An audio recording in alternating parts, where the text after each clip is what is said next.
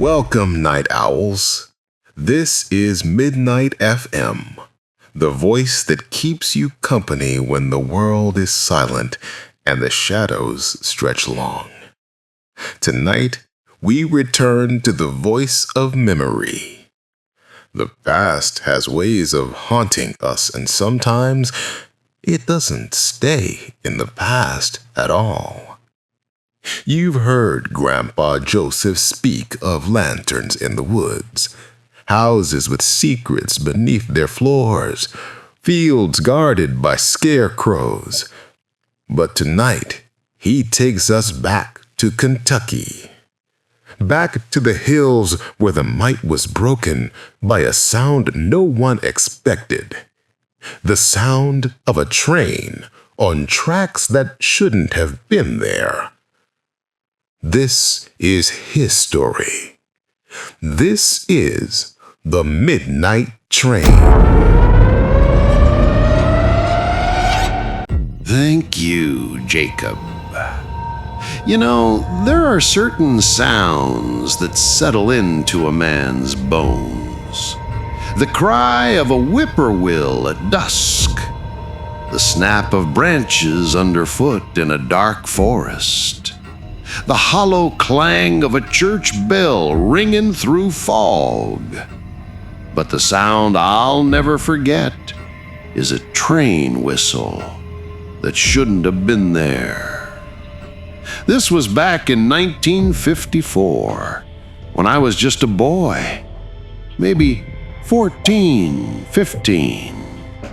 My friends and I would roam the hills near our town in Kentucky, chasing adventure where we could find it. Now those hills, they held secrets. Old mine shafts, hollows where no sunlight touched, and tracks, rusted, twisted tracks that hadn't been used since before the war.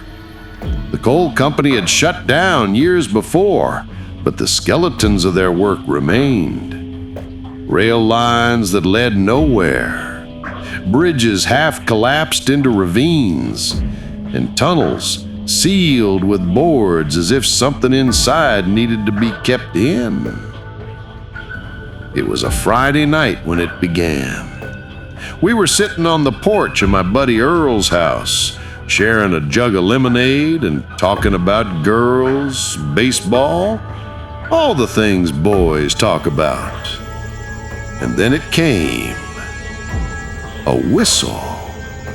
Faint but clear, rolling down the hills like a cry from another world. We froze. Trains didn't run there anymore. Not for years. Earl's daddy leaned out the door, frowning. "You boys hear that?" We nodded. He spat tobacco juice into the dirt. "Best ignore it. That line's been dead longer than you've been alive." And with that, he shut the door, as if the matter was closed.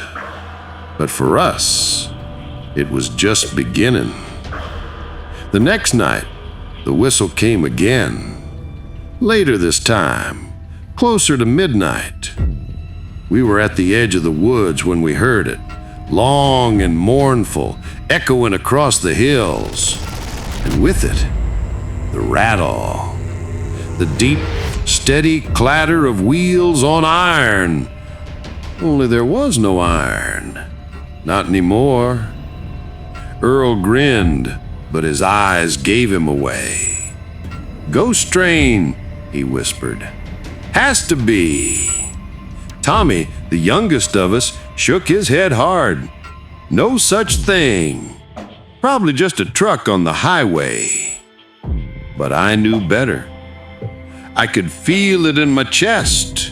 The way the sound throbbed in my ribs, the way the earth itself seemed to tremble beneath our feet. This wasn't a truck, and it wasn't imagination.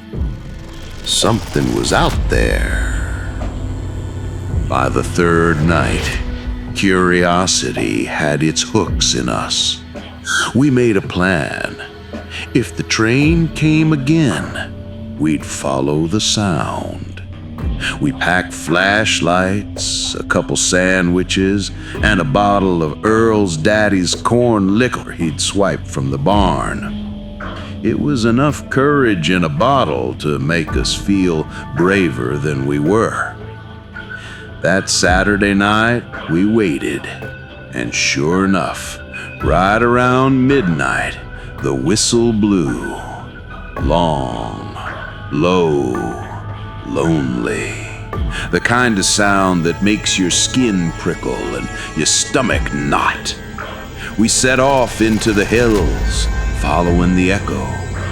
The deeper we went, the darker it seemed to get, even with the moon high above. The trees leaned closer, branches like arms reaching to pull us back. The air grew heavy, damp, carrying the faint scent of coal smoke, though no fires had burned in those hills for decades. We found the tracks at last, or what was left of them. Rust-eaten rails bent and twisted, half buried under weeds. Wooden ties rotted to splinters. A line that ended in nothing, like a scar across the earth. We stood there, catching our breath, staring into the dark, and then we heard it. The rumble. Low at first, like thunder miles away. Then louder, closer. The whistle split the night so sharp my heart jumped in my chest. And through the trees, down that broken line, we saw it. A glow. Pale at first, then brighter. White light pouring through the branches, sweeping side to side like the eye of a giant, the headlamp of a train. But it wasn't possible. The rails were broken. The bridge ahead was gone. There was nowhere for it to run. Yet the ground shook, and the light grew brighter. The sound of wheels and gears screamed through the night. We scrambled off the track bed, pressing ourselves into the weeds. And then it came. The midnight train. I'll never forget that first glimpse. The headlamp cut through the trees, blinding, white as bone. The roar of wheels grew louder, the air thrumming like a storm was breaking over us. And then, out of the darkness, it came. A locomotive. Black iron, glistening as if fresh from the foundry. But the rails beneath it were broken, crumbling, half swallowed by dirt. Still, the engine thundered forward as if it had every right to be there. Steam hissed from its stack, though no fire glowed inside. The smoke poured out thick, yet it didn't rise. It curled low, clinging to the ground, wrapping around the trees like fog. We pressed ourselves into the weeds, breath shallow, hearts hammering, and that's when I saw the windows. I stumbled back, snapping a branch beneath my boot. The sound cracked through the night like a gunshot. The face vanished from the window.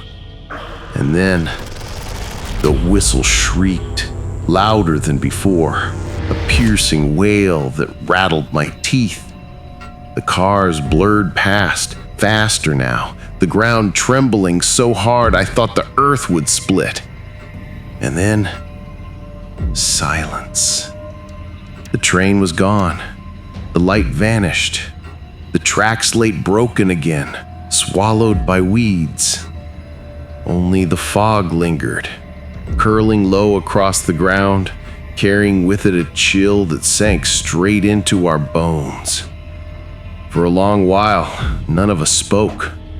We just sat there, gasping, shaking, trying to make sense of what we'd seen. Finally, Earl broke the silence. You saw it too, right? All of you? We nodded weakly. Tommy started to cry, covering his face with his hands. Those people, what were they? Earl shook his head, his voice flat.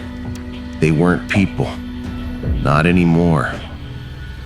We stumbled back toward town, too shaken to laugh, too scared to speak of it out loud.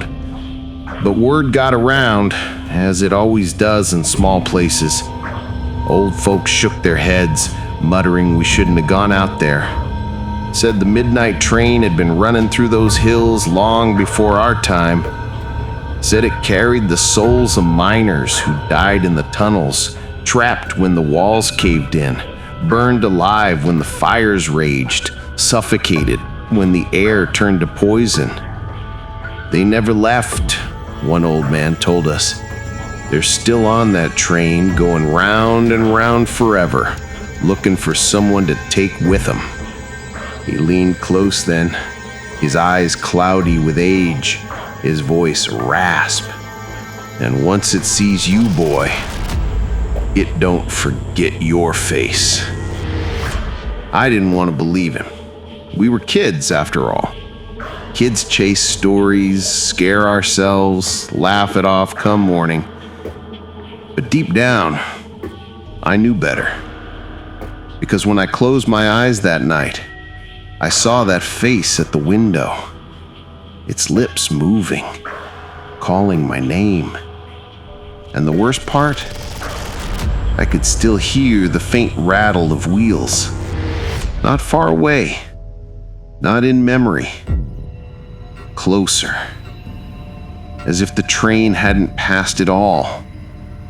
As if it was circling back. The next night, the whistle blew again. The whistle came again the very next night. We tried to ignore it, tried to play cards on Earl's porch, laugh like nothing had happened.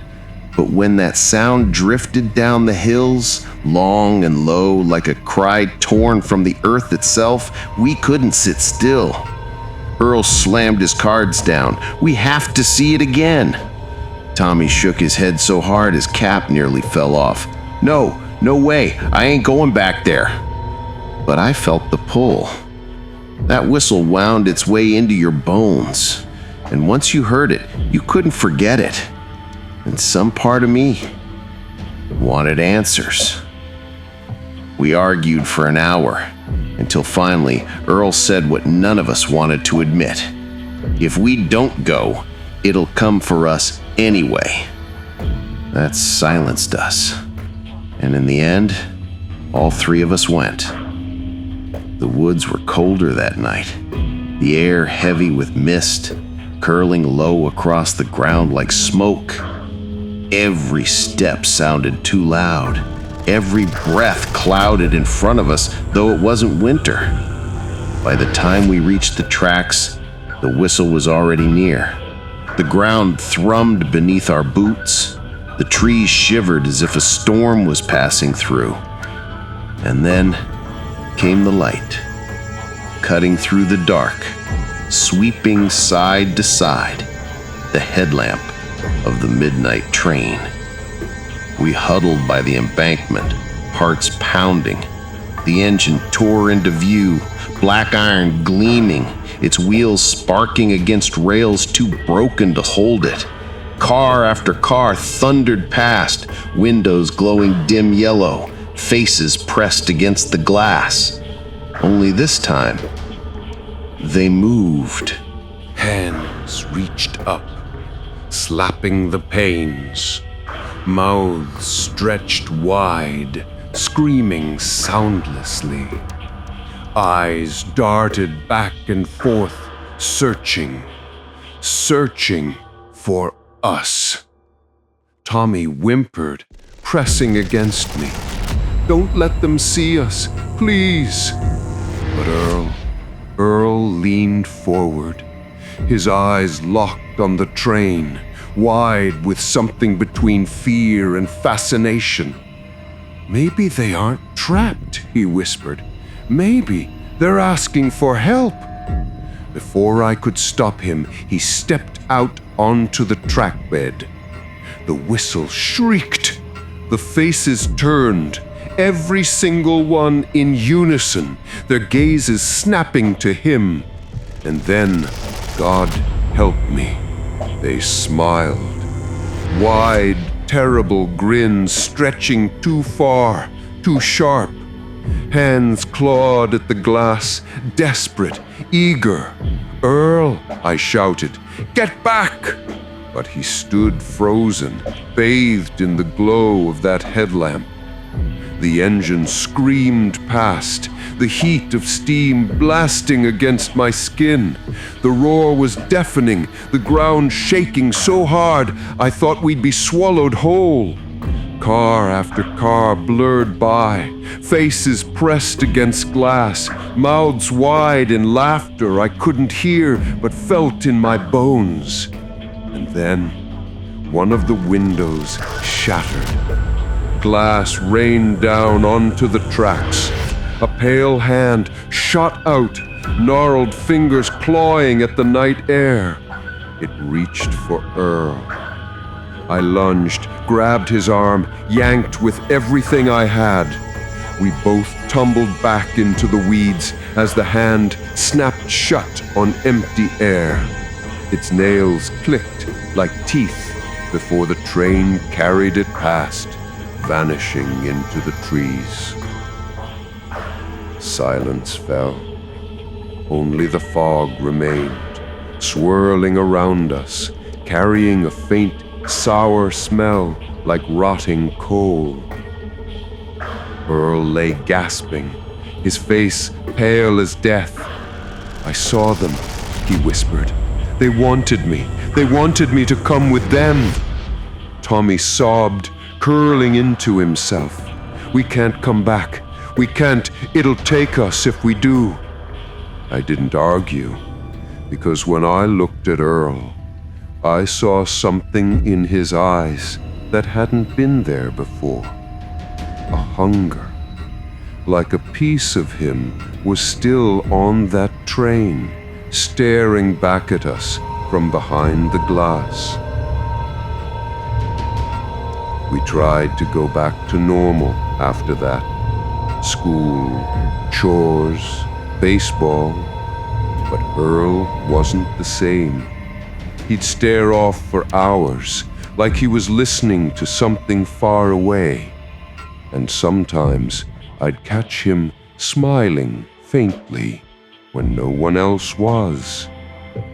One evening, I found him sitting on the tracks alone before midnight. I grabbed his shoulder, shook him hard. "What are you doing?" He looked at me, slow and distant, like waking from a dream. "They're waiting for me," he said. "They promised I'd never be alone again." I dragged him home that night, but I knew I couldn't watch him forever. And sure enough, one Saturday, Earl vanished. They searched for days. Men combed the hills, dogs sniffed the woods, lanterns bobbed through the night. No trace, not a shoe, not a scrap of clothing. The sheriff said he must have run away, but I knew better, because that night, when the whistle blew, I swore I saw him. One more face in the window, smiling. Earl never came back. His family left town within the year, unable to bear the empty chair at their table. But me, I stayed, and so did the train. Every so often, deep in the night, I'd hear it, the whistle, the rumble, the faint scream of metal on rails that weren't there. And always, I'd see Earl's face in my mind, grinning from that window, waiting. For a long time, I avoided those hills, wouldn't even look at them from a distance. But when you're young, you think you're invincible, and grief has a way of turning into defiance. So one night, a year later, I went back. The woods hadn't changed. Still thick, still silent. The tracks still twisted and broken, half swallowed by weeds. I sat on the embankment, clutching my flashlight, heart pounding, waiting. And right on cue, around midnight, the whistle came. That same mournful cry rolling down the hills. The same rattle, the same glow through the trees. The midnight train was coming. I could have run. I should have run. But instead, I stood my ground. The engine tore into view, black iron gleaming under the moon. Steam hissed, smoke clung to the ground, wheels sparked against nothing. And then came the cars, windows glowing dim yellow, faces pressed against glass, and there, among them, Earl. His eyes locked on mine, that same awful smile stretching too wide. He raised a hand, pressed it to the glass, and though I couldn't hear it, I knew what he was saying. Come with me. Something in me almost broke. I wanted to step forward, wanted to reach out, take his hand, end the aching loneliness that had haunted me since he vanished. But then I saw the others, hundreds of them, faces twisted in pain, eyes hollow, mouths open and endless screams, hands clawing at the glass, not to welcome me, but to drag me in. I stumbled back, shaking my head. No, no, I won't! The whistle shrieked so loud that it split the air. The ground bucked beneath me. The train slowed, grinding sparks against the rails, and then it stopped. The door to one of the cars swung open with a metallic groan. Fog spilled out, curling across the tracks, and within it, shadows, shapes that didn't move like men, twisted, jerking, wrong. They stepped onto the broken rail bed, their eyes glowing faint and yellow like the windows behind them. And at their center, Earl. He smiled that same awful smile and stretched out his hand. "Come on, Joe," he whispered. "You don't have to be afraid anymore." My legs trembled. Every instinct screamed to run, but my feet felt rooted in place, held fast by the weight of that gaze. I don't know what saved me. Maybe it was sheer terror. Maybe it was faith. Or maybe the earth itself showed mercy. Because just then, a sound split the night. The snap of rotting wood, the groan of earth giving way. The tracks ahead collapsed, the old trestle bridge crumbling into the ravine below. The midnight train shuddered. Sparks flew as wheels spun on nothing, and with a deafening roar, the entire thing lurched forward, cars screeching, faces twisting in silent screams as the train pitched into the abyss. The whistle wailed one final time, fading into the dark. And then silence. The fog lifted, the air grew still, and the tracks lay broken once more, as if nothing had passed. Only Earl's voice lingered in my ears, faint and distant. "I'll be back for you." I never saw him again, but even now, when the night is still and the air is heavy, I swear I hear it. The faint rattle of wheels, the low moan of a whistle on the wind, and I know the midnight train still runs, waiting, searching, looking for the faces it left behind.